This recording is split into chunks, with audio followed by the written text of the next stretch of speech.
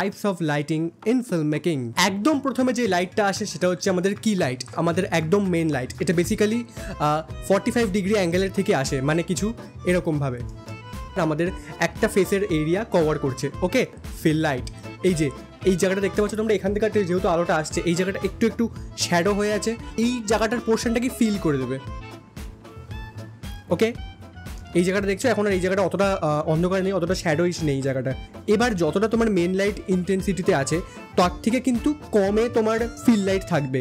তো যতটা ফিল হওয়ার জন্য লাগবে ততটাই আমরা এটাকে ইন্টেন্সিটিতে ইউজ করব। ওকে, আমরা ফিল লাইটের জায়গায় রিফ্লেক্টর ইউজ করতে পারি। ওকে, ওই লাইটটার থেকে বাউন্স ব্যাক করে আমার কাছে আমার এই জায়গাটা ফিল হচ্ছে।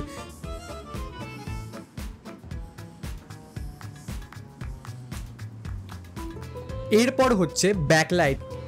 জল না, এবার তোমরা ক্লিয়ারলি দেখতে পাচ্ছ আমার এইখানে একটা আউটলাইন তৈরি হয়েছে কন্টিনিউয়াসলি। ওকে, ব্যাকলাইট আশেপাশের পোর্শনটা তো কভার করছেই, প্লাস আমার এই পোর্শনগুলোকেও কভার করে দিচ্ছে।